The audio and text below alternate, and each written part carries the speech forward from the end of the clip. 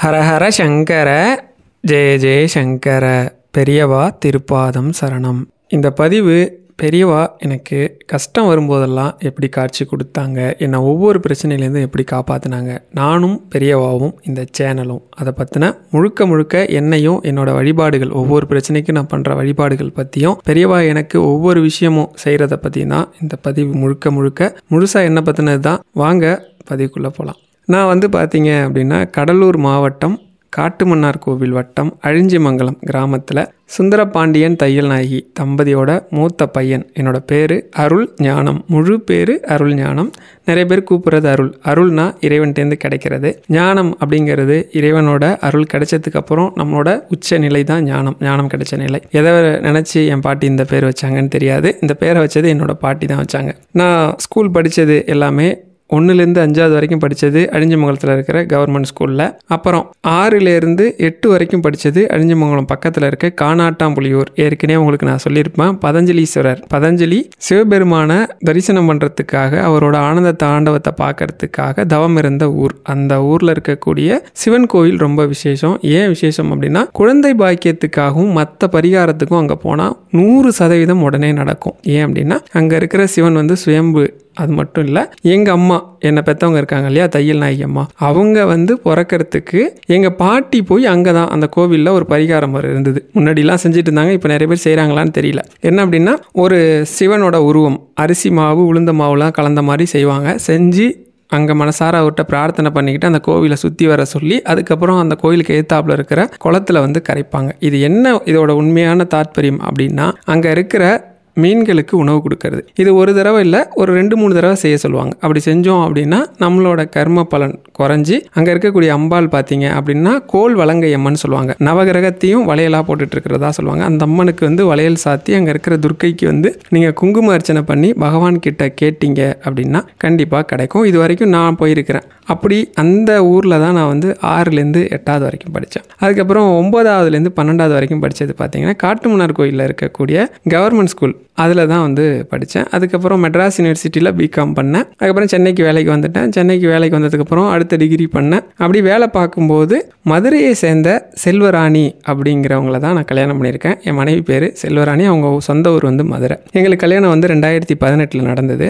முதல் பையன் 2021 ஆத்விக் குமரன் பிறந்தான். அதுக்கப்புறம் ஆதவ் கிருஷ்ணா, 2 பசங்க. நான் திருமணமானவன் 90களில் பிறந்த பையன். நிறைய பேர் என்ன குருஜி, சுவாமிகள் அப்படிலாம் சொல்கிறீங்க. தயவு செஞ்சு அப்படிலாம் சொல்லக்கூடாது. நான் ரொம்ப சின்ன பையன். உங்களுக்கு சகோதரனாவோ இல்லை உங்களுக்கு பையனாவோ வர வயசு தான் எனக்கு. அதே மாதிரி குருன்னு சொல்கிற அளவுக்கு பெரிய தகுதி உடைய ஆள்லாம் நான் கிடையாது. நம்ம எல்லாருக்கும் ஒரே ஒரு குரு இந்த உலகத்திலேயே அப்படின்னா அது பெரியவா மட்டும்தான். ஆசானுக்கு ஆசான், அப்பாவுக்கு அப்பா, அம்மாவுக்கு அம்மா, நமக்கு ஆசிரியருக்கு ஆசிரியர், நண்பனுக்கு நண்பன், நீங்கள் எப்படி வேணால் பாவிச்சுக்கலாம். எனக்கு 2017 வரைக்கும் பெரியவான்னு ஒருத்தங்க இருக்கிறதே எனக்கு தெரியாது. நான் ஃபேஸ்புக் குரூப் ஒன்று இருக்குது, மாய பிறப்பருக்கும் காஞ்சி மகா பெரியவா அப்படின்னு சொல்லி. அந்த குரூப்பில் எப்படியோ தெரியாமல் நான் போயிட்டேன். அப்போ நான் ஒரு பதிவு படிக்கிறேன். என்ன பதிவு அப்படின்னா, இதான் நான் எனக்கு நினைவு இருக்குது, இதை தான் படித்ததா ஃபஸ்ட்டு பதிவுன்னு நான் சொல்கிறேன். ஒரு தம்பதி காஞ்சிபுரம் வருவாங்க, பெரியவாவை தரிசனம் பண்ணுவாங்க, தொடர்ந்து வருவாங்க. ஆனால் பெரியவாட்ட எந்த கோரிக்கையும் அவங்க வைக்க மாட்டாங்க.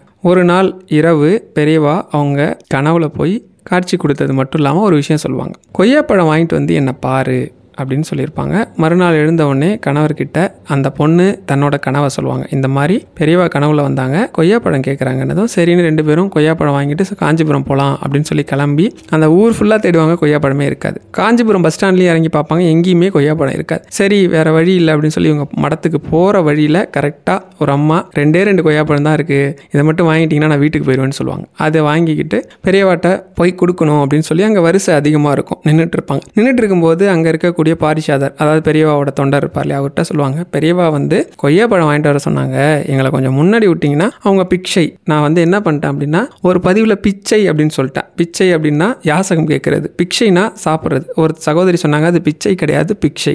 அதை நான் திருத்திக்கணும். எந்த தவறையும் யார் சுட்டி காட்டினாலும் நம்ம திருத்திக்கணும். யாரு கூடயும் விதண்டாவாதமோ வாக்குவாதமோ பண்ணாமல் இருக்கிறதே சிறந்த வாழ்க்கை. பிக்ஷை, அந்த உணவு எடுத்துக்கிற சமயம் போகிறதுக்குள்ளே கொடுக்கணுங்கிறது தான் இவங்களோட எண்ணம். ஆனால் அந்த பாரிஷாதர் என்ன சொல்லுவார் அப்படின்னா, கையை காட்டி ஒரு இடத்த குறிப்பிட்டு சொல்லுவார். அங்கே பாருங்கள், காஷ்மீர்லேருந்து ஆப்பிள் வந்திருக்கு, மலேசியாவிலேருந்து இது வந்திருக்கு, முந்திரி வந்திருக்கு, திராட்சை வந்திருக்கு. இந்த மாதிரி ஒன்று ஒன்றா விளைவு இருந்த அந்தந்த நாட்டில் அந்தந்த இடத்துல ரொம்ப ஃபேமஸாக இருக்கக்கூடிய பொருள்லாம் சொல்லி சொல்கிறார். இதெல்லாம் தன்னோட சுண்டு வரலால் கூட தொட்டு பார்க்காத பெரியவா உங்கள்கிட்ட கொய்யா பழம் வாங்கிட்டு வர சொன்னாங்க. ஏங்க க்யூவில் முன்னாடி போகணுங்கிறதுக்காக போய் பேசுகிறீங்க, அமைதியாக நில்லுங்க அப்படின்னு சொல்லி எல்லாருக்கும் கேட்குற மாதிரி சத்தம் போட்டுருவார். அவங்க 2 பேருக்கும் மனசு ஒரு மாதிரி உடஞ்சிரு. ஏன்னா ஒரு 100 பேர் கூடியிருக்கிற இடத்துல ஒருத்தங்களை கூனி குறுக்கிற மாதிரி பேசினா எப்படி இருக்கும். இவங்க சொல்லுவாங்க, மனைவி பெரியவா தானே கேட்டாங்க, அவங்களுக்கு வேணும்னா அவங்களே கூப்பிடுவாங்க, நீங்கள் அமைதியாக நம்ம நிற்போம் அப்படின்னு சொல்லி நின்றுடுவாங்க. இவங்க முறை வரும். பெரியவா இப்போ தரிசனம் கொடுத்துக்கிட்டு தான் இருக்காங்க, இன்னும் எழுந்து போகல. கரெக்டாக இவங்களோட முறை வரும். கரெக்டாக வந்து பெரியவாட்ட ஆசீர்வாதம் வாங்குவாங்க. பெரியவாவும் குங்கும பிரசாதம் கொடுப்பாங்க. இவங்க வந்து நவுந்து போயிடுவாங்க. கொய்யா பழத்தை கொடுக்க மாட்டாங்க. பெரியவா உடனே ஒரு சொடக்கு போட்டு, இப்போ போனாங்களே ஒரு தம்பதி, அவங்கள கூப்பிடுன்னு சத்தம் போட்டார்ல ஒரு பாரிசாதர், அவரை விட்டே கூப்பிட்டு வர சொல்லுவாங்க. உங்களை பெரியவா கூப்பிட்றாரு, வாங்கன்னு வந்து கூப்பிட்டு வருவார். கூப்பிட்டு வந்தோடனே, நேற்று நான் உன்கிட்ட கொய்யா பழம்லாம் கேட்டேன், வாங்கிட்டு வரலையா நீ அப்படின்னு கேட்பாங்க. அந்த பாரிசாதருக்கு அப்படியே ஒரு மாதிரி ஆகிடும். ஐயோ, அப்போ இவங்க சொன்னது உண்மைதானா? அந்த பக்தர் வந்து சொன்னது உண்மைதான். அத்தனை பேருக்கும் கேட்குற மாதிரி சத்தமாக சொல்லுவாங்க, நான் உன்கிட்ட கொய்யாப்பழம் தானே வாங்கிட்டு வர சொன்னேன், நீ வாங்கிட்டு வரலையா அப்படின்னு. என்னோட பக்தனை நான் தான் வர சொல்லியிருக்கேன். அவன் எங்கேயும் தலை குனியக்கூடாது, எங்கேயும் அவமானப்படுறது எனக்கு பிடிக்காது. அதுதான் அவங்க பெரியவா சொல்கிறது. இல்லை பெரியவா, நான் எடு சீக்கிரம் எடு அப்படின்னு சொன்னாங்களாம். பைக்குள்ளே கையை விட்டு 2 கொய்யாப்பழத்தையும் பெரியவா முன்னாடி வைப்பாங்க. உடனே பக்கத்தில் இருந்த அந்த தொண்டர் திட்டினார் இல்லையா அவங்கள, அவரை கூப்பிட்டு அதை 2ஆக கட் பண்ணு அப்படின்னு சொன்னாங்களாம். 2ஆக நறுக்குனதும் ஒரு பாதியை பெரியவா அவங்க முன்னாடியே சாப்பிட்டாங்க. அப்படியே அந்த 2 தம்பதிக்கும் எப்படிப்பட்ட பாக்கியம், கண்ணுலேருந்து பொலன்னு தண்ணியாக கொட்டும், அழுவாங்க. எப்படி ஏற்பட்ட பாக்கியம் அப்படின்னு அந்த ஒரு பாதி எடுத்து கொடுத்து 2 பேரும் சாப்பிடுங்க அப்படின்னு சொல்லுவாங்க. அது மட்டும் இல்லாமல் மிச்சம் இருக்கிற கொய்யாப்பழத்தையும் அவங்கள்ட்ட கொடுத்துருவாங்க, இன்னொரு கொய்யாப்பழத்தையும். கரெக்டாக வந்து வருஷங்கள் ஓடும். ஒரு வருஷம் கழித்து 2 பேரும் மறுபடியும் பெரியவா தரிசனத்துக்கு வந்திருப்பாங்க. வந்தபோது அவங்க கூடவே ஒருத்தரை கூட்டிகிட்டு வந்திருப்பாங்க.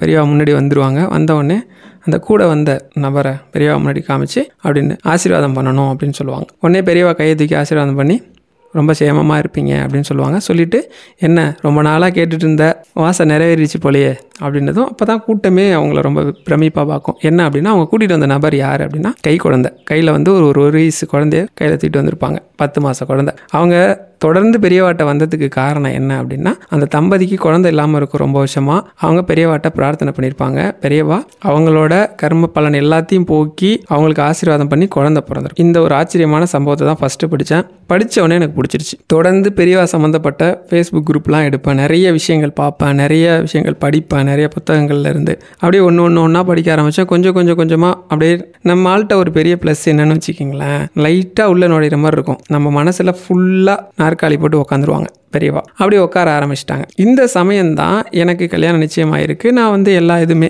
நான் ஃபஸ்ட்டு வந்து என் மனைவியோட கூட்டிகிட்டு போய் காஞ்சிபுரத்தில் தான் அந்த பட்டு எடுக்க போகும்போது நான் சொன்னேன், காமாட்சி அம்மன் கோயில் போயிடலாம் அப்படின்ட்டு. ஆனால் நான் போனது கொஞ்சம் லேட் ஆகிடுச்சு. நட சாத்துற சமயம் கரெக்டாக எனக்காக அம்மா வெயிட் பண்ணி பையன் வரான் அப்படின்னு தரிசனம் கொடுத்துட்டு தான் நடையவே சாத்த சொன்னான். கரெக்டாக இன்னொரு 2 நிமிஷம் லேட்டாக இருந்ததுனா கூட நாங்கள் நடைய சாத்திருப்போம் அப்படின்னு சொல்லி கல்யாணத்துக்கு வாங்கின பட்டை உள்ளே வச்சு கொடுத்து அம்மா ஆசீர்வாதம் பண்ணி கொடுத்து தான் வந்து கல்யாணத்துக்கு பயன்படுத்தணும். எதிர்பாராத விதமாக பெரியவாவோட ஆதிஷ்டானம் போக முடியாமல் போச்சு. ஏன்னா 8 மணிக்கு அங்கே அடைச்சிருவாங்க. அப்போ நான் பெரியவாட்ட பிரார்த்தனை பண்ணேன், என்ன பண்ணங்கிறத பின்னாடி சொல்கிறேன். அப்படி அவங்க எல்லாரோட ஆசீர்வாதத்தோடு தான் கல்யாணம் நடந்துச்சு. ஆனால் கல்யாணத்துக்கு முன்னாடி என் நண்பர்கிட்ட அவர் ஒரு ஜோதிடர் பத்திரிக்கை வைக்க போகும்போது தான் அவர் சொன்னார், ராகுக்கு எது பிரச்சனை இருக்குது, கண்டிப்பாக இது உங்கள் குழந்தை பாக்கியத்துலையும் கணவன் மனைவி ஒற்றுமைக்குள்ளேயும் கை வச்சிரும் அப்படின்னு சொன்னார். அதுக்கு தான் நான் என்ன பரிகாரங்கிறத ஏற்கனவே சொன்னேன், இருந்தாலும் மேலோட்டமாக திரும்ப சொல்கிறேன். திருப்பாம்புரம் கோயில் போகிறது ஆகச்சிறந்த பரிகாரம். கோளறு பதிகம் படிக்கிறது இருக்கிறதுலேயே ரொம்ப சிறந்த பரிகாரம். இதுக்கெல்லாம் அப்புறம் பார்த்தீங்க அப்படின்னா, கந்தர் அலங்காரத்தில் வர நாளின் செய்யும் வினைதான் என் செய்யும் அந்த பாட்டும், கோளறு பதிகத்தில் வேயூர் தோழி பங்கன் விடமுண்ட கண்டன் இது படிக்கலாம். இதுவே பெரிய பரிகாரம் தான். இருந்தாலும் கோவிலுக்கு போகும்போது அங்கே எனர்ஜி அதிகமாக இருக்கும். நான் திருப்பாம்புரம் போனேன், நான் பரிகாரம்லாம் பண்ணிட்டு தான் வந்தேன். அதுக்கப்புறம் காளகஸ்தி போனேன். அதுக்கப்புறம் பேர் தெரியாத ஊர், ஆனால் கோயில் மட்டும்தான் தெரியும், ஏகப்பட்ட கோயிலுக்கு போக ஆரம்பித்தேன். இப்போ நான் வந்து பரிகாரமாக சொல்லும்போது ஒன்று நான் பின்னாடி வந்து எந்தெந்த பிரச்சனைக்கு என்னென்ன வழிபாடு பண்ணணுங்கிறத உங்களுக்கு குறிப்பிட்டு சொல்கிறேன். அதெல்லாம் வந்து கண்டிப்பாக சொல்லாமல் இருக்க மாட்டேன். இப்போ நான் வந்து சொல்லிகிட்டே வரதால் இதை அடுத்த இடத்துக்கு போகிறேன். அப்போ எனக்கு ரொம்ப மன உளைச்சலாச்சு. நான் அப்போ வந்து பெரியவாவை பற்றி படிச்சுக்கிட்டு இருந்தேன். இருந்தாலும் எங்களுக்கும் குழந்தை பாக்கியம் தள்ளி போகிற மாதிரியே இருந்துச்சு. அப்போ வந்து பார்த்தீங்க அப்படின்னா, நான் வந்து சில வழிபாடுகள்லாம் பண்ண ஆரம்பித்தேன். அப்போ ஒரு நாள் ஒரு குரூப்லேருந்து எனக்கு ஒரு போஸ்ட் பர்சனலாக எனக்கு வருது. நான் பெரியவாட்ட மனசு உறைஞ்சி போயிடும். மனைவிகிட்ட வந்து கேட்டிருப்பாங்க ஊரில், என்னென்னா கேட்டாங்கன்னா, என்னப்பா கல்யாணம் இவ்வளோ நாளாவது எதுவும் விசேஷம் இல்லையா? பொதுவாக கிராமத்தில் இருக்கவங்களுக்கு தெரியும் தானே. அவங்க அப்படி கேட்கவும் அவங்க ரொம்ப மனசுடைஞ்சு போயிட்டாங்க. அவங்களும் எவ்வளவோ முயற்சி பண்ணுறாங்க. உண்மையை சொல்ல போனால் அவங்களோட ஜாதகம் சுத்த ஜாதகம். என்னோட ஜாதகத்தில் ராகுகேது தோஷம் இருக்குது, சனி செவ்வாய் இணைவு இருக்குது, சனிச்சந்திரன் இணைவு இருக்குது, ஏகப்பட்ட குளறுபடி இருக்குது நம்ம ஜாதகத்தில். அது மாதிரி இருக்கிறதுனால தான் பெரியவா வந்து என்னை வந்து தேர்ந்தெடுத்தாங்க போல இருக்குது. ஏன்னா பெரியவா தேர்ந்தெடுக்காமல் யாரும் வந்து அவங்கள வழிபடவே முடியாது. இது வந்து நான் அடித்து சொல்லுவேன். அப்படி இருக்கும்போது நான் வந்து ஒரு வழிபாடாக பண்ண ஆரம்பித்தேன். பொதுவாக வந்து பணப்பிரச்சனைக்கு பண்ண ஆரம்பித்தேன், மனப்பிரச்சனைக்கு பண்ண ஆரம்பித்தேன், குழந்தை பாக்கியத்துக்கு பண்ண ஆரம்பித்தேன். அப்படி பண்ண ஆரம்பித்த அந்த வழிபாடை என்ன பண்ணேன் அப்படின்னா, எனக்கு தெரிஞ்சவங்க யாரெல்லாம் கஷ்டம்னு சொல்கிறாங்களோ அவங்கள்ட்டலாம் எந்த பர்சன் கஷ்டமோ அவங்களுக்கு என் நம்பரை கொடுக்க சொல்லி நான் அவங்கள்ட்ட பேசுவேன். அப்படிலாம் வந்து ஒரு சகோதரிக்கெலாம் வந்து 14 வருஷம் என்னமோ குழந்தை இல்லாமல் இருந்தாங்க. அவங்களுக்குலாம் நான் வந்து இதே வழிபாடு குழந்தை பாக்கியத்துக்கு நான் பின்னாடி சொல்கிறேன், அதை உடனே என்ன சொல்லாமல் விட்டுருவாரோன்னு நினச்சிடாதீங்க. அப்படிப்பட்ட வழிபாடை சொல்லி அவங்களுக்கு நார்மல் டெலிவரி, அவங்களுக்கு வயசு கிட்டத்தட்ட 50 வயசு, பையன் பிறந்தான். அதுக்கப்புறம் ஒரு மருத்துவருக்கே வந்து நான் வந்து ஜோதிடம்லாம் பார்த்து பரிகாரம் சொல்லி ரெட்டை குழந்தை. அவங்க வந்து சொல்லுவாங்க, சார் குழந்தை இல்லைன்னு ஏங்கினதை விட 2 பேரும் பண்ணுற சேட்டை தாங்க முடியல. அது ஒரு அன்பு தொல்லை தான் இல்லையா? ரெட்டை குழந்தை 5 நிமிஷம் கூட ஃப்ரீயாக இருக்க விட மாட்டேங்கிறாங்க சார். எதையாவது ஒன்று தூக்கி போட்டுறாங்க. இவன் தூங்குனா அவன் முடிச்சுக்கிட்டு இருக்கிறான், அவன் தூங்குனா இவன் முடிச்சுக்கிட்டு இருக்கான். இப்படி மாற்றி ரெஸ்ட்டே கொடுக்காம. நீங்கள் சொன்னது உண்மைதான் பிரதர். நம்ம வந்து ஒரு தீவிரமாக வழிபாடு ரொம்ப மனமுருகி கேட்டுட்டா, கேட்டல்ல சந்தோஷமாக வச்சுக்கன்னு கடவுள் கொடுத்துருவாருன்னு சொன்னீங்க. அந்த மாதிரி இப்படி கொடுப்பாருன்னு நான் எதிர்பார்க்கலன்னு சொன்னாங்க. அந்த மாதிரி நிறைய பேருக்கு சொல்ல ஆரம்பித்தேன். இது என்ன ஆச்சு அப்படின்னா, ஒரு நாளைக்கு எனக்கு குறைஞ்சது ஒரு 10லேருந்து 15 கால் வரும். ஒரு கால் குறைஞ்சது 30லேருந்து 35 நிமிஷம் பேசுகிற மாதிரி இருந்தது.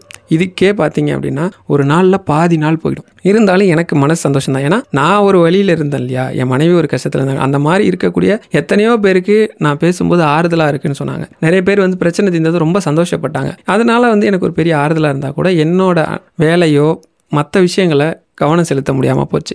அப்போ என்னோட மனைவி, என்னோட நண்பர் சுரேஷ்னு ஒருத்தர், தம்பி ஒருத்தர் ராகுன்னு சொல்லிட்டு, இவங்க எல்லாரும் என்ன சொன்னாங்க அப்படின்னா, இதை ஏன் நீங்கள் வந்து ஒரு யூடியூப் சேனலாக போடக்கூடாது, அதில் ஏன் சொல்லக்கூடாது, நம்மள மாதிரி எத்தனையோ பேர் இருக்காங்க இல்லையா, அவங்களுக்கு சொல்லலாம்ல. நான் வந்து பொதுவாக ஜோதிடம் வந்து இந்த பிரச்சனைக்கு அப்புறம் தான் கற்றுக்கவே ஆரம்பித்தேன். ஜோதிடம்னா என்ன, எப்படி வருது, அதை எப்படி பயன்படுத்தணும், இதில் உண்மைத்தன்மை என்ன அப்படின்னு சொல்லி நிறைய பேர்கிட்ட அப்புறம் கொஞ்சம் கொஞ்சமாக நண்பர்கிட்ட கொஞ்சம் விஷயம் கற்றுக்கிட்டேன். அதுக்கப்புறம் இன்னும் சிலர்கிட்ட கற்றுக்கிட்டேன். அதுக்கப்புறம் நிறைய பார்க்குறவங்ககிட்டயே நிறைய விஷயம் கேட்பேன், போய் பேசுவேன். அப்புறம் அவங்களும் நல்லா பேச ஆரம்பித்தாங்க. அது மூலிமா ஜோதிடம்னா என்ன. அப்புறம் வந்து உங்களுக்கு நான் ஒரு விஷயம் சொல்லியிருப்பேன். என்ன சொல்லியிருப்பேன்னா, இந்த நட்சத்திரத்தை பற்றி சொல்லியிருப்பேன். உண்மையிலே நட்சத்திரத்தை பற்றின பதிவை வந்து நான் கற்றுக்கிறதுக்கு எனக்கு 37,000 செலவாச்சு. சிலர் வந்து இலவசமாக சொல்லிக் கொடுத்தாங்க, சிலர் காசு வாங்கிட்டு சொல்லிக் கொடுத்தாங்க, சிலர் காசு பாதி வாங்கிட்டு பாதி இலவசமாக சொல்லிக் கொடுத்தாங்க. அந்த மாதிரி தெரிஞ்சுக்கிட்ட விஷயத்தை நான் உங்களுக்கு எல்லாத்தையுமே இலவசமாக தான் கொடுத்துருக்கேன். நான் முதல்ல தேர்வு பண்ண விஷயம் என்னென்னா, எதையுமே இலவசமாக தான் கொடுக்கணும், காசு வாங்கக்கூடாது. இப்போ கூட நமக்கு வர மெயிலில் நிறைய பேர் கேட்பாங்க, நீங்கள் ஜாதகம் பார்க்கணுன்னா எவ்வளோ சார்ஜ் பண்ணுறீங்க, உங்களை நேரில் பார்க்கணும், எவ்வளோ நாளும் பரவாயில்ல அப்படின்வாங்க. அப்படிலாம் இல்லை,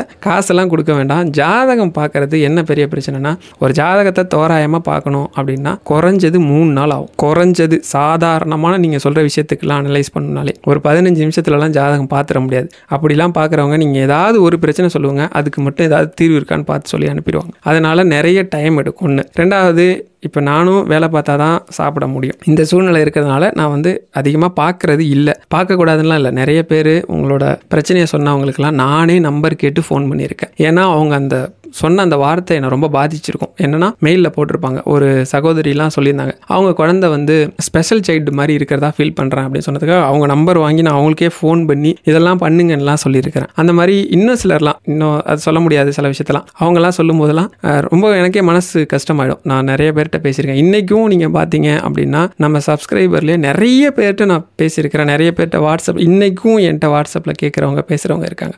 ஏன் அப்புறம் நம்பர் கொடுக்கறது இல்லை அப்படின்னா, இதில் ஒரு பெரிய சிக்கல் இருக்குது. நீங்கள் பொதுவாக ஏதோ ஒரு மன கஷ்டத்துக்கோ இல்லை வருத்தத்துக்கோ தான் என்கிட்ட பேசணும்னு நினைப்பீங்க இல்லையா. உங்கள்கிட்ட ஒரு 5 நிமிஷத்தில் பேசிட்டு வச்சிட முடியாது. கண்டிப்பாக ஒரு 15லேருந்து 20 நிமிஷம் மினிமம் ஆகும். இப்படி பார்த்தா ஒரு நாளைக்கு 20லேருந்து 25 கால் வந்துச்சுன்னா என்னோட வேலை மொத்தமும் கெட்டு போயிடும். இதுக்காக தான் நீங்கள் மெயில் பண்ணுங்கன்னு சொல்கிறேன். நீங்கள் மெயில் பண்ணும்போது உங்களோட கஷ்டம் எதுவோ அது வந்து நான் உண்மையாக நானாக உணர்ந்து எனக்கு அந்த வழி எப்படி இருக்கும்னு தெரியும். அதனால் அதுக்கேற்ற மாதிரி தான் ரிப்ளைவே பண்ணுறேன். அதனால் கவலையப்படாதீங்க, எல்லா மெயிலுக்கும் கண்டிப்பாக ரிப்ளை பண்ணிவிடுவேன். இப்படி இந்த சேனல் ஆரம்பித்தேன். சரி, சேனல் ஆரம்பிக்கும் போது எனக்கு வந்து யூடியூப்பில் வந்து போடுறவங்க எல்லாருமே பிரபலம் ஆகணும் அப்படின்னு போடுறாங்கன்னு தான் தெரியும். யூடியூப்பில் வீடியோ போட்டால் காசு வருங்கிற மேட்ரு எனக்கு தெரியாது. எல்லாருக்கும் எல்லாம் தெரிஞ்சிருக்காது இல்லையா. நானும் அப்படி தான். அப்போ என் தம்பி ஒருத்தர், என்னோட கூட பிறந்த தம்பி, அவர் ஒரு சேனல் ஆரம்பித்தார். அவர் வந்து வெறும் ஷார்ட்ஸ் மட்டும் போடுவார். இந்த ஒரு நிமிஷத்தில் இந்த உலகத்தில் இருக்கிற சில அதிசயமான விஷயத்தெல்லாம் சொல்லுவார். ஒரு பைக்கை பற்றி, இந்த பைக்கோட ஸ்பெசிஃபிகேஷன் இது, இதோட விலை இவ்வளோ, இதுதான் இருக்கிறதுலையே காஸ்ட்லியான பைக்கு, இல்லை ஸ்பீடாக போகிற பைக், இந்த மாதிரி இருக்கும் இல்லையா, அந்த மாதிரி விஷயத்த சொல்லுவார். அவர் தான் சொன்னார் இப்படி தான் சேனல் போடணுன்ட்டு.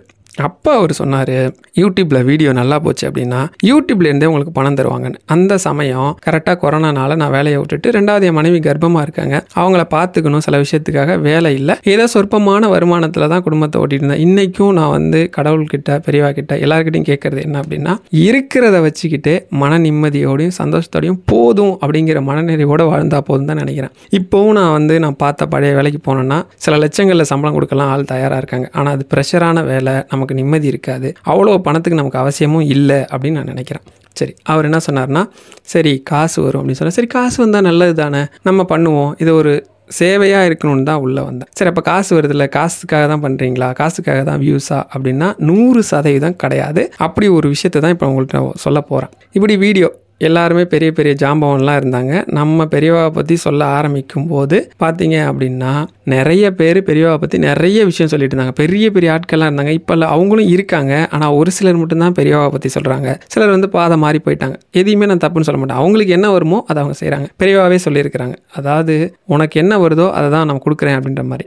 ஒரு சமயம் வந்து பெரியவா காஞ்சிபுரம் கோவிலில் குளிக்கிறதுக்காக ஸ்நானம் பண்ணுறதுக்காக போகும்போது சிலர் வந்து பாதுகை ஏந்திக்கிட்டும் கோஷம் போட்டுட்டு இருப்பாங்க. என்ன அப்படின்னா, ஆன்மீகம் சனாதனம்ங்கிறதே வந்து ஒரு மோசடி, சனாதனத்தை வேறு இருப்போன்ற மாதிரி சொல்லி கோஷம் போட்டு பாதுகையை பிடிச்சிட்டு இருப்பாங்க. இது பெரியவா கண்ணில் பட்டால் அவங்க வருத்தப்படுவாங்க அப்படின்னு சொல்லி என்ன பண்ணுவாங்கன்னா, பெரியவா அவங்க இருக்கிற பக்கமாக போயிடக்கூடாதுன்னு சில பாரிசாதர்கள் சேர்ந்து பெரியவா அந்த பக்கம் போக முடியாத வழி இல்லை, இப்படியே போகணும்னு சொல்லி அவங்க இல்லாத பக்கமாக போயிட்டு ஸ்நானம் பண்ணிட்டு பெரியவாவை கூப்பிட்டு வரும்போது பெரியவாவுக்கு தெரியாமல் இருக்குமா? இது என்னென்னா, கடவுளுக்கு தெரியாமல் நம்ம ஒழிச்சு வச்சிட முடியுமா? பெரியவா உடனே கூப்பிட்டு வெளியில் ஒரு 4-5 பேர் போர்டு பிடிச்சிட்டு நிற்கிறாங்கல்ல, அவங்கள வர சொல்லு அப்படின்னு சொல்லுவார். போகிறவருக்கு சரியான கோபம். இவங்க வந்து சனாதன தர்மத்தை நம்ம பெரியவா வாழ்நாள் ஃபுல்லாக எது சரின்னு சொல்லிட்டு இருக்காங்களோ அதை தப்புன்னு சொல்கிறாங்க. அவங்கள்ட்ட என்ன பேச்சு வேண்டி கிடக்கு? எதுக்கு போய் அவங்கள பார்க்கணும்? அவங்கள எதுக்கு வர சொல்ல வேண்டியது? அவருக்கு அவரோட ஆதங்கம். நம்மள மாதிரி சாதாரண மனுஷர் தானே அவர். புலம்பிகிட்டே போகிறார். போனோடனே இந்த மாதிரி இவங்க 4 பேரையும் பெரியவா பார்க்கணுன்றாங்க, இதில் முக்கியமான 4 பேர் வாங்கினதும் முக்கியமான 4 பேர் பாதுகையெல்லாம் வச்சுட்டு வந்தோடனே, சாமி வணக்கங்க, சாமி மேலே எங்களுக்கு அளவு கடந்த பக்தி இருக்குது, நம்பிக்கை இருக்குது, இருந்தாலும் இந்த மாதிரி போர்டு பிடிக்கிறதாலையும் கோஷம் போடுறதாலையும் ஏதோ கொஞ்சம் காசு கொடுப்பாங்க, அதனால எங்கள் பொழப்பு ஓடுது சாமி. சாமிக்கு பிடிக்கல, சாமி மனசு வருத்தப்படணும்னா நாங்கள் இனிமேல் இந்த பக்கம் வரல சாமி, நாங்கள் வேறு எங்கேயாவது போய் பிடிச்சிக்கிறோம் அப்படின்னதும், கூடாது இரு அப்படின்னு கூப்பிட்டு பக்கத்தில் இருந்த தொண்டரை கூப்பிட்டு, நாம் இன்னையிலேருந்து எந்தெந்த கோயில் போகிறோம், எங்கெங்கே ஸ்நானம் பண்ண போகிறோம், எங்கெங்கே தரிசனம் பண்ண போகிறோம் எல்லாத்தையும் அவள்கிட்ட சொல்லு. எதுக்குன்னு இவர் முடிப்பார். சொல்லு அப்படின்னு தான் அவர் சொல்லுவார். ஒரு 4-5 நாள் ப்ரோக்ராம் என்னங்கிறத சொல்லிவிடுவார். அங்கெல்லாம் வந்து நீங்கள் கோஷம் போடணும், கொடி பிடிக்கணும் அப்படின்னு சொல்லுவார். இவருக்கு ஒரு மாதிரி ஆகிடும், என்னடா அது நம்ம சொல்கிற விஷயத்த அப்படியே ஆப்போசிட்டில் இருக்கேன்ட்டு. அவங்க ரொம்ப சந்தோஷம் சாமின்னு சொல்லிட்டு போயிடுவாங்க. போகிறதுக்கு முன்னாடி அவங்ககிட்ட சொல்லுவாங்க, ஒவ்வொருத்தருக்கும் காமாட்சி ஒரு விதத்தில் படி இழக்கிறா. எப்படின்னா, ஒருத்தருக்கு பக்தியை கொடுத்து அது மூலமாக படி இழக்கிறா, ஒருத்தர் பக்தி இல்லைன்னு சொல்லி அது மூலமாக படி இழக்கிறா. உங்களுக்கு இப்படி, அதனால் நீங்கள் போய் உங்கள் பழப்ப பாருங்கள். எங்களுக்கு முன்னாடி கொடி பிடிக்கிறதால உங்களுக்கு காசு வரும், உங்கள் பிரச்சனை தீரும்னா அதையே நான் வேணான்னு சொல்ல போகிறேன், தாராளமாக போங்க அப்படின்னு ஆசீர்வாதம் பண்ணி அனுப்புனாங்களாம். எப்படிப்பட்ட விஷயம் பாருங்கள். பெரியவாவோட பக்தர்கள் நாம் அதை மாதிரி இருக்கணும் மனநிலை. இதை தான் இங்கே சொல்ல வந்தேன். அது மாதிரி எத்தனையோ பேர் பாதை மாறி எல்லாம் போயிட்டாங்க. அது அவங்கவுங்க விருப்பம். இந்த சேனல் வரத்துக்கு முக்கியமான நோக்கம் உங்கள் ஒவ்வொருத்தரோட மனக்குறையும் தீரணும். பெரியவா சொன்ன எளிமையான பரிகாரம், வீட்டிலேருந்தே செய்யக்கூடிய 1000 பரிகாரம் இருக்குது.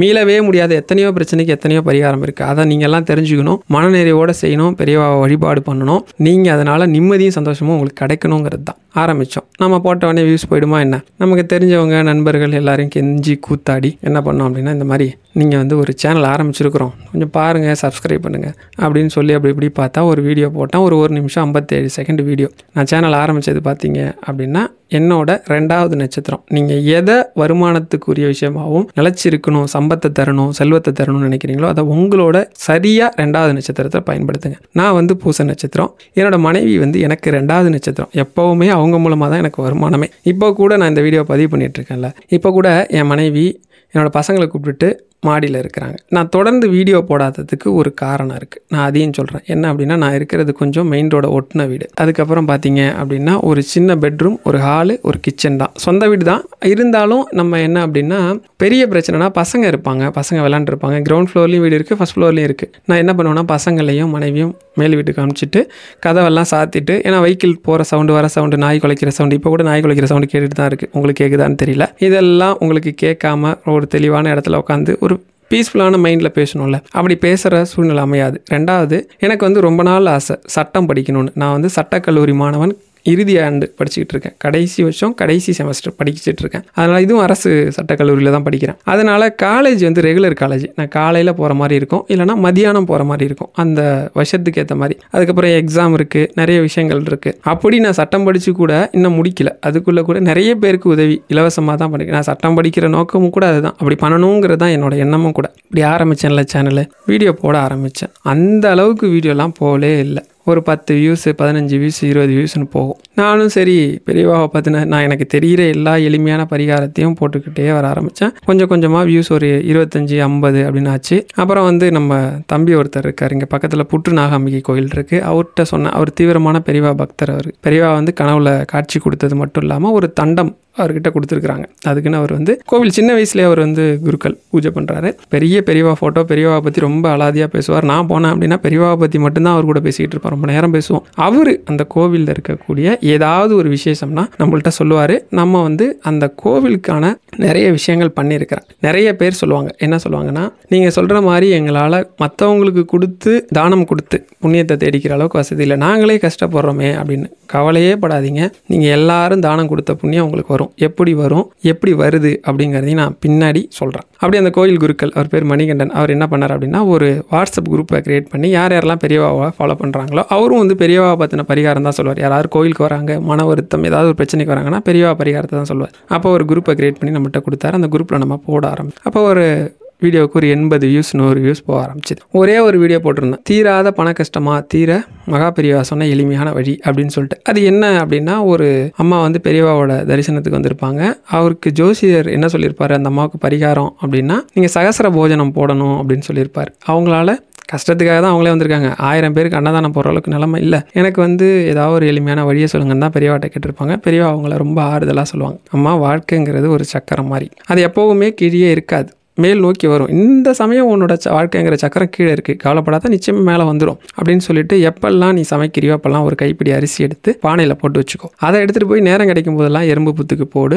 எறும்பு எடுத்துக்கிட்டால் கூட 1000 பேருக்கு நீ அன்னதானம் பண்ண பலன் உனக்கு கிடைக்கும் அப்படின்னு சொல்லுவாங்க. அதே மாதிரி அந்த அம்மா வந்து எடுப்பாங்க. நீங்களும் வந்து உங்களோட பிரச்சனைகளுக்கு நான் வந்து ஒன்றுக்கும் தனியாக பரிகாரத்துக்கு பின்னாடி சொல்கிறேன். இருந்தாலும் அப்பப்போ அந்த கதை சொல்லும்போது அந்த பரிகாரத்தையும் சொல்லிட்டா நல்லா இருக்குங்கிறதுக்காக கைப்பிடி பச்சரிசி எடுத்துக்கோங்க. மாவா உங்களால் மிக்சியில் போட்டு அடிக்க முடியும்னா அடிச்சுக்கோங்க, ரொம்ப நல்லது. இல்லை முடியலன்னா பிரச்சனை இல்லை. ஏதோ ஒரு விநாயகரை தரிசனம் பண்ணுங்கள். என்னைக்கு தரிசனம் பண்ணணும் அப்படின்னா, உங்கள் ஜென்ம நட்சத்திரம் அன்னைக்கு பண்ணுங்கள். இல்லைனா உங்களுக்கு 2ஆவதாக வரக்கூடிய நட்சத்திரம் 2, 11, 20 வர நட்சத்திரங்கள் அதில் தரிசனம் பண்ணிவிட்டு விநாயகரை வந்து எத்தனை முறை வலம் வர முடியுமோ வலம் வந்து அருகம்புல் மாலை சாத்தி, உங்களால் அருகம்புல் 4 அருகம்புல் தான் இருக்குன்னா கூட பறித்து வீட்லேயே கூட செய்யலாம். இதை கோயில் போக முடியலன்னா விநாயகருக்கு அருகம்புல் வச்சு பிரார்த்தனை பண்ணிவிட்டு எங்கெங்கெல்லாம் எறும்பு புத்து இருக்கோ அங்கே போடுங்க. நீங்கள் என்ன வேண்டுறீங்களோ அது வேண்டி முடிக்கக்கூடிய சில தினங்களுக்குள்ளேயே நடக்கும். சில தினங்கள்லாம் என்ன ஒரே நாளில் நடக்கும். அது ஏன் சில தினங்கள், சிலருக்குலாம் வந்து ஒரு 10 நிமிஷத்துலேயெல்லாம் நடந்திருக்கு. நான் சொல்லியிருந்தேன், என்ன சொல்லியிருந்தேன்னா, துவாதேசி அன்னைக்கு அன்னதானம் பண்ணுறது ரொம்ப சிறப்பு. அப்படி பண்ணி ஒருத்தங்க ரொம்ப நாள் பல வருடங்கள் தர முடியாத பணத்தை ஒரு ஏழைக்கு நான் வந்து அன்னதானம் கொடுத்தேன், அதனால் உடனே எனக்கு வந்துருச்சுன்னு கமெண்ட் போட்டிருக்காங்க. நீங்கள் வேணால் போய் பாருங்கள்.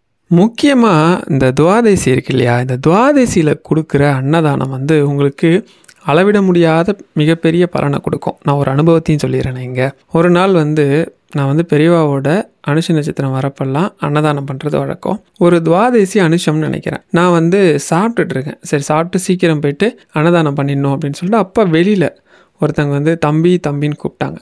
நான் வெளியில் போயிட்டு அவங்கள்ட்ட என்னம்மா அப்படின்னு சாப்பிட்ட கையோடு போயிட்டேன். இல்லை தம்பி, நாங்கள் கூலி வேலை பார்க்குறோம், ஒரு 2 நாளாக வேலை இல்லை, சாப்பிடக்கூட அரிசி இல்லை தம்பி, கொஞ்சம் காசு கொடுக்கலாமா அப்படின்னு கேட்டாங்க. நான் காசு தான் வேணுமா இல்லை அரிசி வேணுமா அப்படின்னு கேட்டேன். அரிசி இருந்தால் கூட கொடுங்க போதும் அப்படின்னாங்க. சரின்ட்டு உடனே போயிட்டு கையை கழுவினேன். அவங்க பார்த்துட்டாங்க, ஏன் தம்பி சாப்பிட்டுட்டு இருந்தீங்க கையை கழுவிட்டீங்க அப்படின்னாங்க. பரவாயில்ல இருக்கட்டும் அப்படின்னு சொல்லிட்டு நான் கையை கழுவிட்டு அவங்கள கூப்பிட்டுட்டு வீட்டில் கொஞ்சோண்டு அரிசி அவங்களுக்கு கொடுத்துட்டு அவங்கள கூப்பிட்டுட்டு போய் கடையில் என்ன அரிசி வேணுமோ வாங்கி, என்ன ஜாமான் சமைக்கிறதுக்கு வேணுமோ வாங்கி கொடுத்தேன். ஏன்னா அன்னைக்கு அன்னதானம் பண்ணுறதுக்கு நான் ஒரு 1000 ரூபா கிட்ட வச்சுருந்தேன். இது என்ன நடந்தது அப்படின்னா, அன்னைக்கு காலையிலேயே நான் வந்து பிரார்த்தனை பண்ணிகிட்டு இருக்கேன் கடவுள்கிட்ட. என்னோட ஒரு பிரச்சனை தீரணும், என்ன பிரச்சனை வேணாலும் கொடு, ஆனால் அந்த பிரச்சனையை தீர்க்கறதுக்கும் தாங்கிறதுக்கும் சக்தியை கொடுப்பா அப்படின்னு தான் பிரார்த்தனை பண்ணுவேன். அப்படி தான் பண்ணேன். என்ன நடந்தது அப்படின்னா, அன்னைக்கு சாயந்தரம் என்னோடய நண்பர் பக்கத்தில் இருக்க 2-3 கோயிலுக்கு போகணுன்னு சொல்லி வந்திருந்தார். அவரை கூப்பிட்றதுக்கு நான் காரில் போயிருந்தேன். பொதுவாக காரில் என்ன ஆகுனா ஃபோன் வந்து ப்ளூடூத்தில் கனெக்ட் பண்ணிக்கலாம். அப்படி கனெக்ட் பண்ணிகிட்டு இருக்கும்போது எனக்கு ஒரு கால் வந்தது. அவரை கூப்பிட்டுட்டு வரும்போது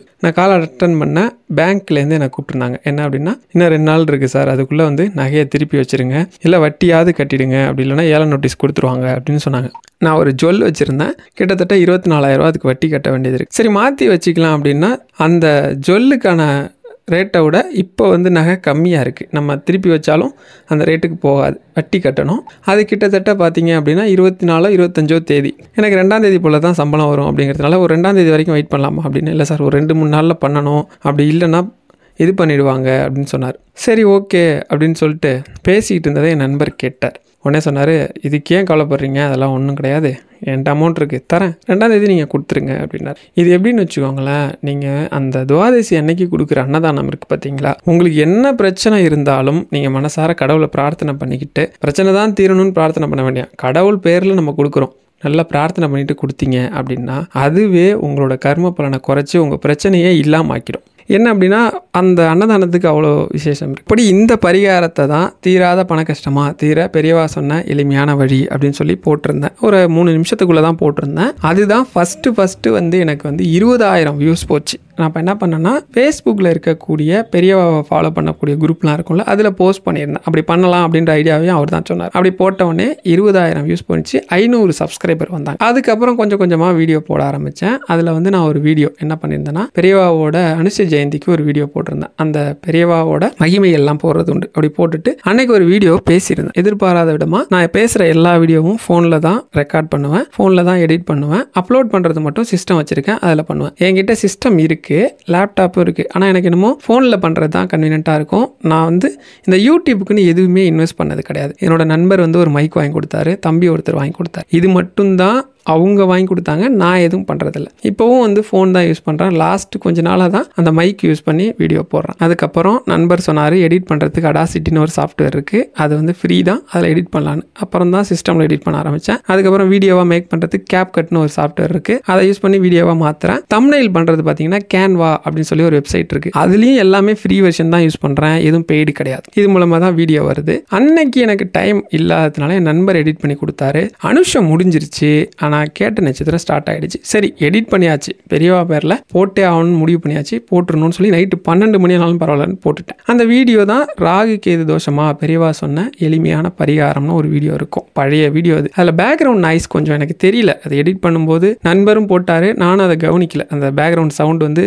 மியூசிக் ஓடுறது அதிகமாக கேட்குதுன்னு சொன்னாங்க சில பேர். அந்த வீடியோ போட்டேன் இல்லையா, அப்படியே கொஞ்சம் கொஞ்சமாக ஆவரேஜாக வந்துட்டு இருந்தது. சப்ஸ்கிரைபர் 1000 சப்ஸ்கிரைபர் வந்துருச்சு. 4000 வாட்ச் அவர் வந்தால் தான் மானிட்டேஷன் ஆகும். இந்த 4000 வாட்ச் அவர் வரதுக்கு நம்ம பெரியவா சொன்ன பரிகாரம், நம்ம இடையில காலேஜும் போய்க்கணும், உழைப்பையும் பார்த்துக்கணும், வீடியோவும் போடணும். நிறைய பேர் கமெண்ட் ஏதாவது சொன்னாங்கன்னா அதுக்கேற்ற வீடியோவும் போடணும். தனிப்பட்ட ஒரு கமெண்ட்டுக்காகலாம் நான் வீடியோ போட்டுட்ருக்கேன், இன்றைக்கும் போடுவேன், இனிமேவும் போடுவேன். அப்படி போட்டுகிட்டே வந்தேன். இப்படி வரும்போது பெருசாக யூடியூப்லேருந்து வியூஸ் நமக்கு போகல, ஒரு 300-400 வியூஸ் போனாலே பெரிய விஷயம் அப்படின்னு இருந்தது. ஆனாலும் நான் வந்து நம்ம இது ஒரு சேவையாக தான் பண்ணுறோம், அது பட்டே இருக்கட்டும்னு போட்டுகிட்டே வந்தேன். அப்படி போடும்போது ஒரு சமயம் என்னாச்சுன்னா, ஒரு தீபாவளி அன்னைக்கு இந்த ராகு கேது பற்றி நிறைய பேர் எனக்கு ஃபேஸ்புக் சாட்டில் கேட்டிருந்தாங்க. அவங்களுக்கு தெளிவு வரணுங்கிறதுக்காக ராகு கேதை பற்றி ஒரு பெரிய விஷயமா எழுதி, அதுக்கு பெரியவா சொன்ன இந்த பரிகாரம் நானே சொல்லியிருக்கிறேன், போய் பாருங்கன்னு சொல்லி ஒரு தீபாவளி அன்னைக்கு அதை ஒரு குரூப்பில் போட்டேன், ஒரு ஃபேஸ்புக் குரூப்பில். அது என்ன ஆச்சுன்னா வைரலாக ஆரம்பிச்சிருச்சு, அப்படியே பரவ ஆரம்பிச்சிருச்சு. திடீர்னு பார்த்தா அந்த ராகு கேது வீடியோ மட்டும் வெறும் 2500 வியூஸ் என்னமா போயிருந்தது. சடனாக வேகமாக ஏற ஆரம்பிச்சு நிறைய பேர் பார்க்க ஆரம்பிச்சாங்க. ஒரு 10 நாள்லேயே 1 லட்சத்திலிருந்து 2 லட்சம் வியூஸ் வந்துருச்சு. அப்புறம் என்னாச்சுன்னா மானிட்டைசேஷன் கிடச்சிருச்சு. நான் வந்து ஒரு வீடியோ போட்டிருந்தேன். வீடியோ என்ன போட்டிருந்தேன்னா, கனகதாரா சோஸ்திரம் எப்படி வந்ததுங்கிற கதையை சொல்லியிருந்தேன். ஏற்கனவே சொல்லியிருக்கிறேன், இருந்தாலும் என்ன சொல்கிறேங்கிறது புதுசாக பார்க்குறவங்களுக்கு புரியாதுல்ல, அதனால தான் மறுபடியும் அந்த கதையெல்லாம் சொல்லிக்கிட்டே வரேன். ஒரு சமயம் ஆதிசங்கரர், நம்மளோட குரு ஆதிசங்கரோட மறு அவதாரம் தான் பெரியவான்னு சொல்லுவாங்க. அப்படி நம்மள ஆன்மீக குரு என்ன பண்ணாங்கன்னா, சின்ன வயசுலேயே சன்னியாசம் ஏற்றுக்கிறாங்க. சன்னியாசம்னா அவங்க வந்து தனக்குன்னு எதுவும் வச்சுக்க மாட்டாங்க, ஒரு திருவோடு தான் இருக்கும். அந்த திருவோட்டில் கிடைக்கிற உணவை தான் சாப்பிடுவாங்க, அதுக்கு பேர் பிக்ஷை. இதே தான் தப்பாக சொல்லிட்டேன் நான். அப்படி இவங்க ஒரு நாள் போகும்போது ஒரு வீட்டு முன்னாடி நின்று, தாயே பசிக்குது பசிக்குது உணவு கொடுங்கன்னதும் அந்த வீடு எப்படின்னா அந்த அம்மா வந்து ரொம்ப கஷ்டப்படுறவங்க, கணவன் மனைவி. கணவன் வந்து வேலைக்கு போயிட்டு ஏதோ சொற்பமான வருமானம், அதில் கஞ்சோ கூழோ குடிக்கிறவங்க. வீட்டில் ஒரு குண்டுமணி அரிசி கூட கிடையாது, அந்த அளவுக்கு வறுமை. அவங்க வீட்டு வாசலில் போய் நிற்கிறாரு. அந்த காலத்தில் சன்னியாசம் ஏற்றுக்கிட்டவங்க யார் வந்தாலும் அவங்க மனசுக்கு ஓனாதபடி வீட்டில் உட்கார வச்சு உபசரித்து உணவு கொடுத்து அவங்கள்ட்ட ஆசீர்வாதம் வாங்குறது தான் வழக்கம். ஆனால் இவங்க நிலைமை வேற. இவங்க ஏதாவது உணவு கேட்டு வந்திருக்க, ரொம்ப சின்ன வயசு, அதாவது ஒரு 8 வயசுக்குள்ளே தான் அவர் நிற்கிறார். சின்ன குழந்தை அப்படி கேட்கும்போது மனசு தாங்க முடியாமல் சுற்றி முற்றும் பார்க்குறாங்க. வீட்டு பின்னாடி போய் பார்த்தா ஒரு நெல்லி மரம் இருக்குது. அந்த நெல்லி மரத்துலேருந்து நெல்லிக்கனி உளுந்து கிடக்கு. அது 2 நாளைக்கு முன்னாடி உளுந்த நெல்லிக்கனி காஞ்சி போயிருக்கு. இருந்தாலும் பரவாயில்ல, வெறும் கையோடு அனுப்பக்கூடாதுன்னு சொல்லி அவங்களோட திருவோட்டில் கொண்டு வந்து போடுறாங்க. இப்படி போடும்போது அந்த அம்மா கண்ணீர் அழுதுகிட்டே போடுறாங்க. இதை ஆதிசங்கரர் பார்த்துறாரு. அவருக்கு உலகமே அப்படியே இருண்ட மாதிரி ஆயிடுது. உடனே மகாலட்சுமியை தியானம் பண்ணி கூப்பிட்டு ஏன் இந்த அம்மாவுக்கு இந்த நிலைமை அப்படின்னு கேட்குறாரு. இப்போ மகாலட்சுமி சொல்றாங்க, போன ஜென்மத்தில் இந்த அம்மாட்ட எல்லாம் இருந்தது, ஆனால் யாருக்கும் எதுவுமே கொடுக்காது, இல்லைன்னு சொல்லும். அதான் இந்த ஜென்மத்தில் இல்லாமலே போட்டுன்னு அதுக்கு கர்ம பலன், அது அதோட கர்மா, ஒன்றும் பண்ண முடியாதுன்னதும் அப்போ அவர் சொல்லுவார், இந்த கதையெல்லாம் நீ சொல்லாத, நீ எப்பேற்பட்டவள்னு எனக்கு தெரியும். உன்னோட ஒரு கடைக்கண் பார்வை ஒரு வினாடிக்கும் குறைவாக விழுந்தாலே அவன் பெரிய ஆள் ஆயிடுவான், கோடீஸ்வரன் ஆயிடுவான், குபேரன் ஆயிடுவான், அவனுக்கு கிடைக்காத இல்வாழ்க்கை சந்தோஷமே கிடையாது. இந்த கதையெல்லாம் என்கிட்ட சொல்லாதம்மான்னு சொல்லி அம்மாவோட புகழ பாடுவார். நிறைய பேர் கேட்டிருந்தாங்க, இந்த கனகதாரா சோஸ்திரம் சொல்றீங்க, அதை பாடி காட்டுங்களேன். ஃபர்ஸ்ட் லைன் என்ன அப்படின்னா, அங்கம் ஹரே புலக பூஷணம் ஆசிரயந்தி பிருங்காங்கநேவ முகுலாபரணம் தமாலம் அங்கீத் ராதாயில இப்படின்னு வரும். இதுதான் 4 வரியா வரும். இது என்ன அந்த கனகதாரா சோஸ்திரம்னா ஆதிசங்கரர் பாடினதுன்னா மகாலட்சுமியோட பெருமையை பாடுவார். அவள் எப்படிப்பட்டவள், அவளை துதிக்கிறதால என்னெல்லாம் கிடைக்கும்னு சொல்லி மகாலட்சுமி முன்னாடியே பாடினதும் அம்மாவுக்கு மனசு திருப்தி ஆயிடும். உடனே என்ன பண்ணுவாங்கன்னா, எந்த நெல்லி மரத்திலிருந்து காஞ்சி போன நெல்லியை கொண்டு வந்து ஆதிசங்கர் தட்டில் அந்த அம்மா போட்டுச்சோ அந்த நெல்லிக்கனி அப்படியே தங்க நெல்லியா கொட்டும். இப்படி ஒரு கருணையை மகாலட்சுமி பொழிஞ்சிருப்பா. இன்னைக்கும் நீங்கள் கனகதாரா சோஸ்திரம், யாருக்கு பணப்பிரச்சனை, இன்னைய வரைக்கும் என்னோட ஒவ்வொரு பணப்பிரச்சனைக்கும் கனகதாரா சோஸ்திரம் மாதிரி ஒரு தீர்வே கிடையாது. நான் எத்தனையோ பேருக்கு சொல்லியிருக்கிறேன். இதை வந்து ஒரு வீடியோவாக போட்டு எப்போவுமே நான் ஒரு கதை சொல்லியிருக்கிறேன் அப்படின்னா அதை நான் தான் சொல்லியிருக்கிறேன்னு ஈஸியாக கண்டுபிடிச்சிடலாம். ஏன் அப்படின்னா, நான் யூடியூப்பில் வீடியோ போட்டுகிட்டே வரும்போது ஒரு விஷயத்தை கவனித்தேன். பெரியவாவை பற்றி சொல்லும்போது நிறைய பேர் இருக்கிறாங்க, நிறைய பேர் பெரியவாவை பற்றி சொல்கிறாங்க, நிறைய விஷயங்கள் சொல்கிறாங்க. இவங்களோட நம்ம தனியாக தெரியணும். எதை பண்ணாலும் நம்ம தனியாக தெரிஞ்சால் தானே நம்மளை மாதிரி இருக்கிறவங்க விஷயம் சொன்னால் கேட்பாங்க அப்படின்னு. எனக்கு வந்து சின்ன வயசுலேருந்து புக் படிக்கிறது ரொம்ப பிடிக்கும். நிறைய தடவை சொல்லியிருக்கிறேன். ராஜேஷ்குமார் கிரைம் நாவல் உலகத்தோட முடிசூடா மன்னன் அவர். ராஜேஷ்குமார் அவரோட புக் வந்து எனக்கு ரொம்ப பிடிக்கும். நான் எல்லார் புக்கும் படிப்பேன். நீங்கள் இந்திரா சௌந்தரராஜனாக இருக்கட்டும், நீங்கள் வந்து ரொம்ப குடும்ப நாவல் எழுதுகிற ரமணிச்சந்திரனாக இருக்கட்டும், அது இல்லாமல் நார்மலாக இருக்கிற எந்த கதையாக, புராணமாக இருக்கட்டும், இதிகாசமாக இருக்கட்டும், எதுனாலும் படிச்சுட்டே இருப்பேன். எப்போவுமே படிச்சுட்டு இருப்பேன். சென்னையில் இருக்கிறப்ப எனக்கு வந்து அதிகமான பொழுதுபோக்கு அப்படின்னா நூலகத்தில் போய் புக்கு படிக்கிறது தான். நான் சினிமாவுக்கு போக மாட்டேன், பீச் போக மாட்டேன், அந்த மாதிரி விஷயம்லாம் பண்ண மாட்டேன். நிறைய படிச்சுக்கிட்டே இருப்பேன். அதுவும் விவசாயம் சம்மந்தப்பட்ட நிறைய புத்தகத்தை படிச்சிருக்கிறேன். நான் விவசாயம் எனக்கு ரொம்ப பிடிக்கும். ஊருக்கு போகிறப்பெல்லாம் இருந்து விவசாயம் பண்ணிட்டு தான் இருந்தேன். இப்போ கொஞ்சம் பணியின் காரணமாக, சில விஷயத்தின் காரணமாக, படிக்கிறதுன் காரணமாக விவசாயத்தை ஃபுல்லாக பண்ண முடியல. நான் நிறைய விஷயங்கள் புதுமையாலாம் பண்ணி பார்த்துருக்கிறேன், பழைய நூலை யூஸ் பண்ணி. இதில் என்ன பண்ணுவேன் அப்படின்னா, என்னோட கதைகள் நீங்கள் கேட்குற நிறைய பேருக்கு தெரியும். கதையை என்னவா சொல்லியிருப்பேன் அப்படின்னா, கேரக்டர் பேரை சொல்ல மாட்டேன். ஒரு கதையை ஆரம்பிச்சு, ஒரு ராஜா இருந்தார், ரொம்ப பெரிய ராஜா, அவரை ஜெயிக்கவே முடியாதுன்னு சொல்லுவேன். ஆனால் அந்த ராஜா யாருன்னு சொல்ல மாட்டேன். எப்போ சொல்லுவேன் அப்படின்னா, கிளைமேக்ஸ் என்னெல்லாம் சொல்லணுமோ சொல்லிட்டு அந்த இடத்துல வந்து அந்த ராஜா பேரையும் அந்த மந்திரத்தையும் சொல்லுவேன். இப்படி தான் நிறைய சொல்ல ஆரம்பித்தேன். அந்த கதையிலையும் அந்த மாதிரி நான் சொல்லியிருந்தேன். பொதுவாக இப்படி இந்த கதையை சொல்லணும் அப்படின்னா அதுக்கு சின்ன சின்ன சேஞ்சஸ், கதையில் இருக்க உட்கருத்து எதுவும் மாறாது, சின்ன சின்ன சேஞ்சஸ் பண்ணி எனக்கு ஏற்ற மாதிரி சொல்லியிருப்பேன். அதே கதையை ஒருத்தங்க போடுறாங்க, வீடியோவில் போடுறாங்க.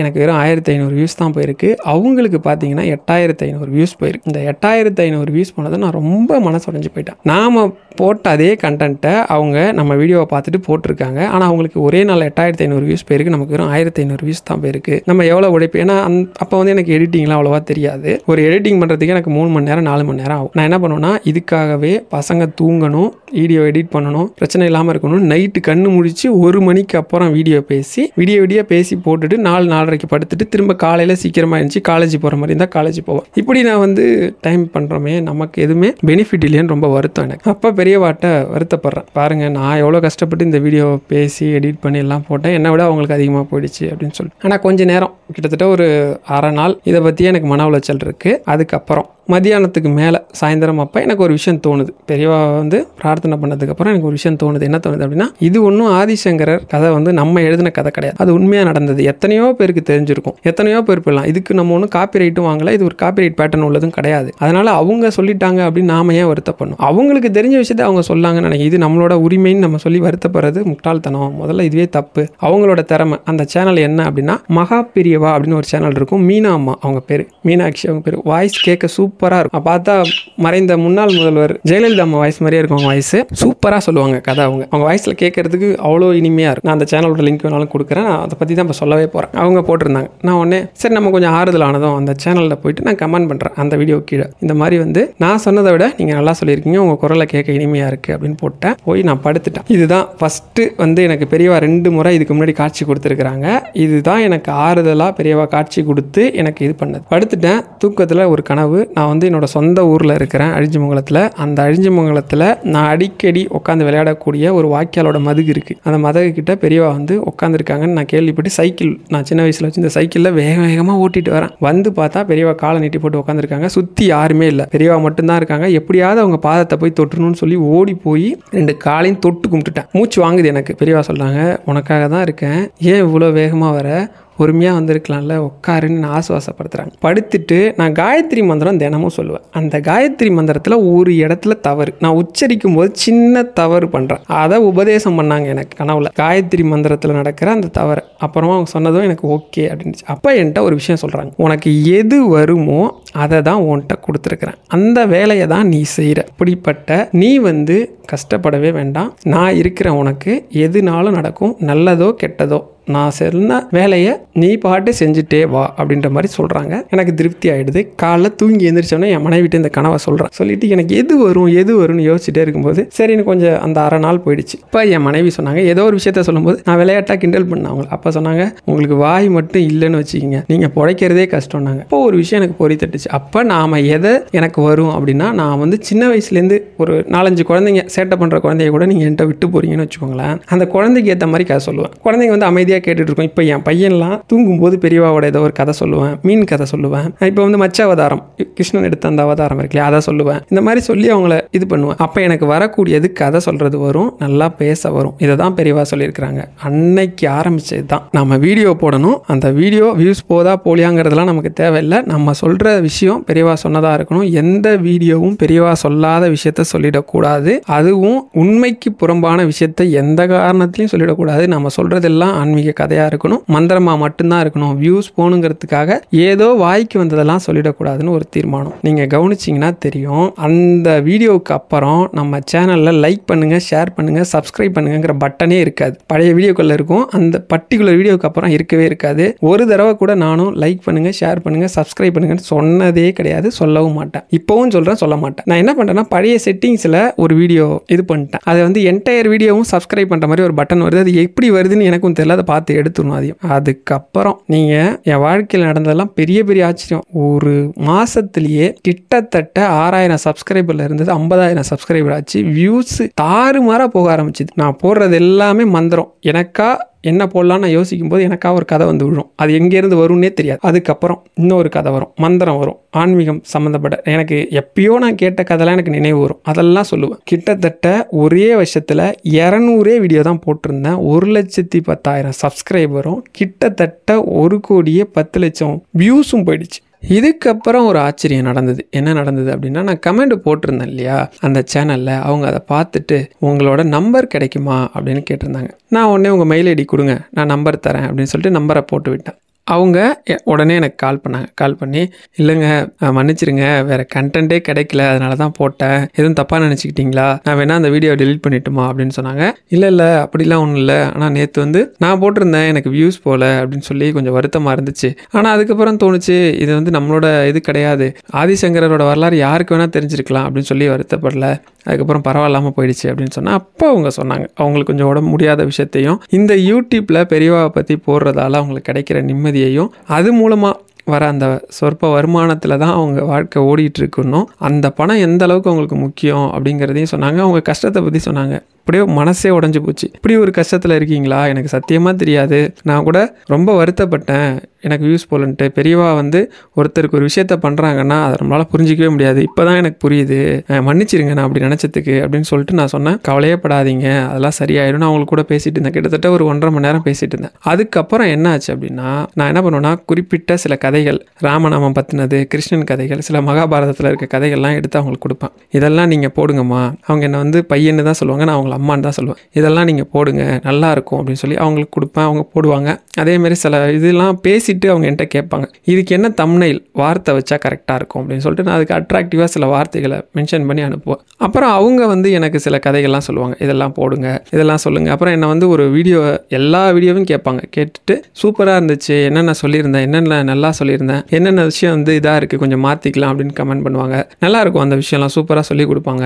அவங்க அழகாக இது பண்ணுவாங்க. நான் ஒவ்வொரு நாளும் நம்ம சேனலில் போடுற வீடியோவை பற்றி கவலைப்பட்டதே இல்லை. ஆனால் அவங்களுக்கு வந்து வியூஸ் போகணும், ஏன்னா அதில் வர பணம் அவங்களுக்கு எவ்வளோ இம்பார்ட்டன்றதுனால தினமும் பெரியவாட்ட பிரார்த்தனை பண்ணிப்பேன். நம்ம போய் இப்படி வருத்தப்பட்டுட்டோமேனு இன்னைய வரைக்கும் கூடலாம் வருத்தப்பட்டிருக்கேன். அவங்களுக்கு வியூஸ் போகணும் அப்படின்லாம். நான் அந்த சேனலோட இது லிங்க்கையும் கொடுக்குறேன், பாருங்கள். உங்களுக்கு வந்து கேட்கணும்னு தோன்றப்ப கேளுங்க. ரொம்ப இதமாக இருக்கும் அவங்க பேசுகிறது. அவங்க எப்போவுமே என் சேனலை ப்ரமோஷன் பண்ணி கொடுங்கன்னு கேட்டதும் கிடையாது, இது பெய்டு ப்ரமோஷனும் கிடையாது. எனக்கா ஒரு இது நீங்கள் எல்லாரும் கேட்கலாம், நல்லாயிருக்கும் அவங்களோடது, அவங்களுக்கு ஒரு உதவியாகவும் இருக்கும் அப்படிங்கிறதுக்காக இங்கே சொல்கிறேன். இப்போ நான் முன்னாடி சொன்னால நிறைய பேர் தானம் பண்ண முடியல, தர்மம் பண்ண முடியலன்னு வருத்தப்படுறாங்க. இதுக்கு யூடியூப்லேருந்து எனக்கு ரெவன்யூ வர ஆரம்பிச்சிது. முதல்லலாம் இந்த ரெவன்யூ எடுத்து அப்படியே கம்ப்ளீட்டாக புற்றுநாகாம்பை கோயில், ஏன்னா நான் இங்கே வந்து நான் பண்ண தானத்தையும் தர்மத்தையும் சொல்லவே கூடாது பொதுவாக. ஏன் சொல்கிறேன்னா, நான் ஏன் இங்கே சொல்கிறேன்னா, என்னை பார்த்து கூட சிலர் செய்யலாம், உங்களுக்கு புண்ணியம் கிடைக்கும் இல்லையா. அந்த கோவிலுக்கு கோவில் கட்டிட்டு இருந்தாங்க.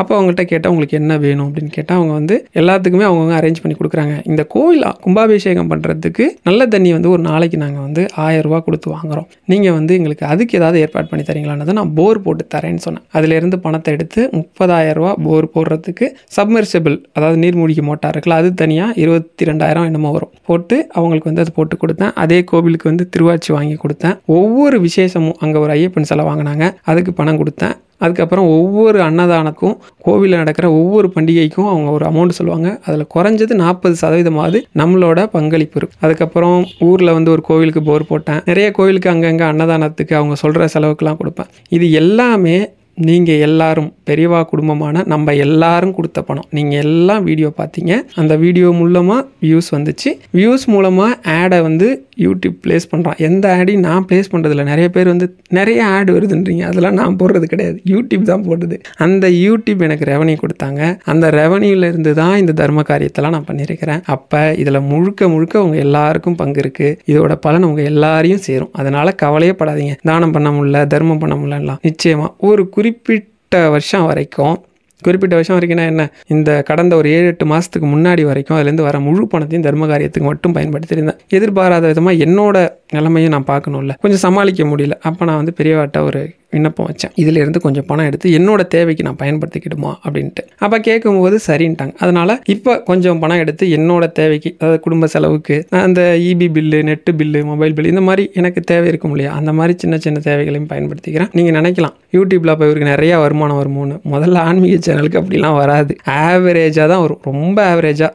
நீங்கள் பார்த்தீங்க அப்படின்னா நிறைய பேர் வந்து முழுசாக வந்து வீடியோ பார்க்க மாட்டாங்க. சிலர் வந்து மந்திரத்தை மட்டும்தான் கேட்பாங்க, சிலர் வந்து தள்ளி விட்டு கேட்பாங்க. இதுக்கேற்ற மாதிரி என்ன பண்ணுவான், யூடியூப்லனா ரொம்ப குறைவாக கொடுப்பான். ஆன்மீக சேனல்லாம் ரொம்ப ரொம்ப குறைவு, பார்க்குற மக்கள் ரொம்ப குறைவு. நீங்கள் இதே வந்து ஒரு மூவி ரிவ்யூ போடுறீங்க, இல்லை ஒரு எஜுகேஷனல் சேனல் கொடுக்குறீங்க, அதெல்லாம் வந்து ஒரு 1000 வியூஸ் போனாலே உங்களுக்கு வந்து 200 ரூபா கிடைக்கும். இதெல்லாம் வந்து ரொம்ப கம்மி. 1000 வியூஸ்க்கு இவ்வளோ தான் கொடுப்பான்னு எந்த ஸ்டாண்டர்டும் கிடையாது. வெறும் 1000 வியூஸுக்கு 15 ரூபா 20 ரூபா கொடுத்த நாள்லாம் இருக்குது. அது 6 ரூபா கொடுத்ததெல்லாம் கூட இருக்குது. அப்படின்னா வெறும் 2 ரூபா 3 ரூபாலாம் கொடுப்பான், அந்த மாதிரிலாம் கொடுப்பான். அதுக்கு கம்மியாலாம் கொடுப்பான். நான் வந்து கொஞ்சம் அதிகமாக தான் சொல்கிறேன், அதை விட கம்மியாலாம் கொடுத்துருக்குறேன் பொதுவாக சொல்லணும் அப்படின்னா.